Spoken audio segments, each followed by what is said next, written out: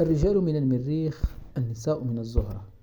يعتبر كتاب الرجال من المريخ النساء من الزهرة واحدا من أنجح وأشهر الكتب على مستوى العالم، كما أنه يعتبر من بين الكتب الأكثر مبيعا. صدر هذا الكتاب سنة 1992، وكان مؤلفه طبيبا نفسيا ناجحا يدعى جون جراي. سعى من خلال هذا الكتاب لمساعدتنا وتعليمنا كيفية التعامل مع الطرف الآخر، وتناول أهم المشكلات والاختلافات التي قد نواجهها مع شركائنا في الحياة، وكيفية حل هذه المشكلات التي تحدث بين الرجل والمرأة. يبين الكتاب المتخصص في العلاقات الإنسانية أن المشكلة الرئيسية بين الرجال والنساء ناتجة عن الاختلافات في طريقة تفكير كل منهما، وكأنهما من عوالم مختلفة، كما أن كل منهما قد اعتاد على تقاليد جنسه دون أن يعرف شيئا عن تقاليد الآخر. ويوضح هذا الكتاب أن الرجل والمرأة يتعاملان بطرق مختلفة مع ضغوط الحياة والظروف المتنوعة. ترجم هذا الكتاب إلى عدة لغات وبيع منها ملايين النسخ، ويعتبر هذا الكتاب دليلا لفهم الفروقات بين الجنسين في العلاقات العاطفية واختلافات وطرق التواصل فيما بينهما. من خلال الفقرات التي ستأتي سنحاول تقديم هذا الملخص حسب الفصول. الفصل الأول: تبدأ قصة كتاب الرجال من المريخ والنساء من الزهرة عندما اكتشف رجال كوكب المريخ وجود كوكب يدعى الزهرة بواسطة مناظيرهم، حيث سافروا إلى الزهرة وهناك تعرفوا على النساء، وفتح أهل الزهرة قلوبهم لهم وعاشوا معهم أوقاتا مليئة بالسعادة والمرح. كانوا مندهشين من بعضهم البعض، وكانوا يهتمون ببعضهم كثيرا، ومع مرور الأيام ازدادت مشاعر الحب والفهم بينهم. وفي يوم من الأيام استيقظ الرجال والنساء من الزهرة ليجدوا أنفسهم على كوكب الأرض فاقدين للذاكرة. وهنا بدأ الاختلاف بين الرجال والنساء، وبدأت قصتهم من جديد في التعرف على ما يحبونه وما يكرهونه. من خلال هذه المقدمة البسيطة يقدم الكاتب فكرة موضوعه حول أسرار التعامل مع الحبيب أو الزوج. الفصل الثاني: يقول جون جراي في هذا الفصل إن أهل المريخ يحبون إثبات قوتهم وكفاءتهم الخاصة، ويشعرون بسعادة كبيرة عند تحقيق إنجازاتهم وتحقيق أهدافهم وتطوير قدراتهم، ويعتبر أكبر هم الرجل هو تحسين قدراته وكفاءته. وفي هذا السياق نلاحظ أن الرجال يميلون إلى إثبات أنفسهم للطرف الآخر، حيث يتفاخرون بسياراتهم وأعمالهم وأموالهم وقوتهم وسلوكياتهم الصبيانية، وبالتالي يقضون وقتا أطول في محاولة إثبات أنفسهم، على عكس النساء اللواتي يركزن على رعاية واهتمام بعضهن ببعض. فالسعادة لدى النساء تكمن في التواصل وبناء علاقات قوية، إذ يحبن تعزيز جمالهن والاهتمام بصديقاتهن والمقربين إليهن.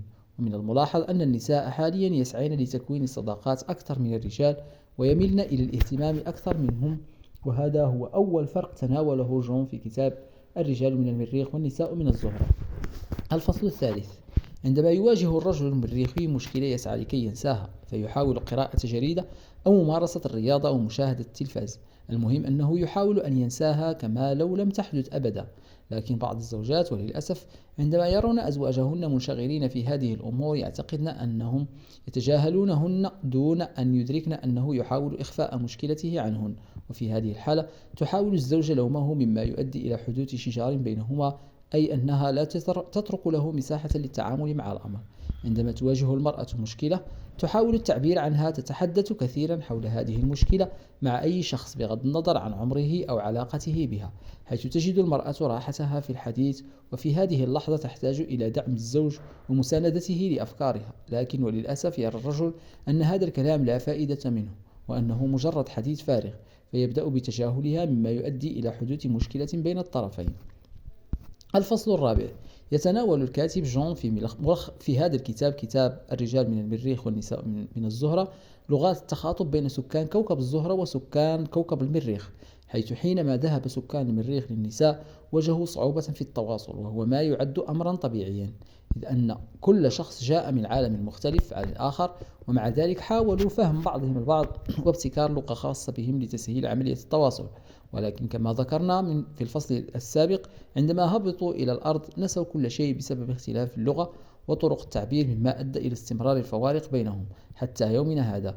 ويبرز الكاتب في كتابه فكرة أن كلمة تقولها الفتاة تعني شيئا محددا، وكلمة يقولها الرجل تعني شيئا آخر. الفصل الخامس. يوضح الكاتب جون جراي في هذه الفكرة من كتاب الرجال من المريخ والنساء من الزهرة أن الرجال يحتاجون إلى فترة من الراحة والتفكير في علاقتهم، وهذه عملية طبيعية تمر على الرجال، حيث يمرون بفترات يرغبون فيها في الابتعاد عن عالم النساء.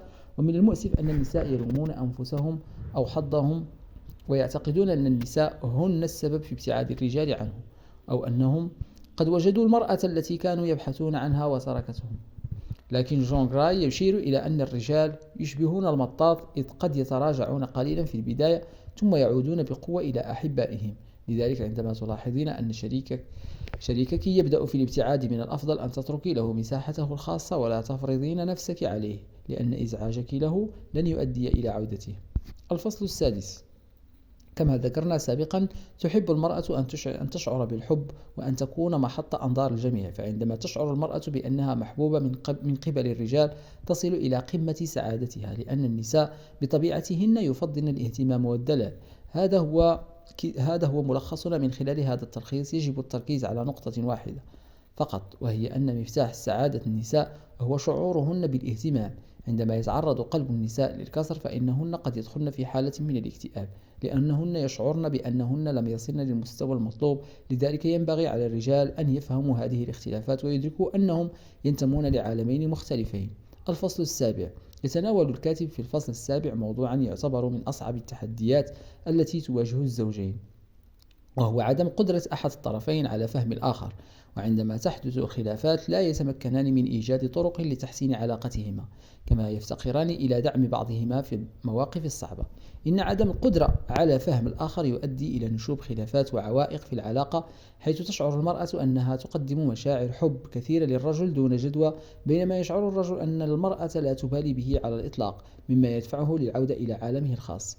لذا يجب علينا أن نتعلم لغات بعضنا ونفهم أفكار ومشاعر الآخرين، راجين أن تتحسن علاقاتنا قريبا.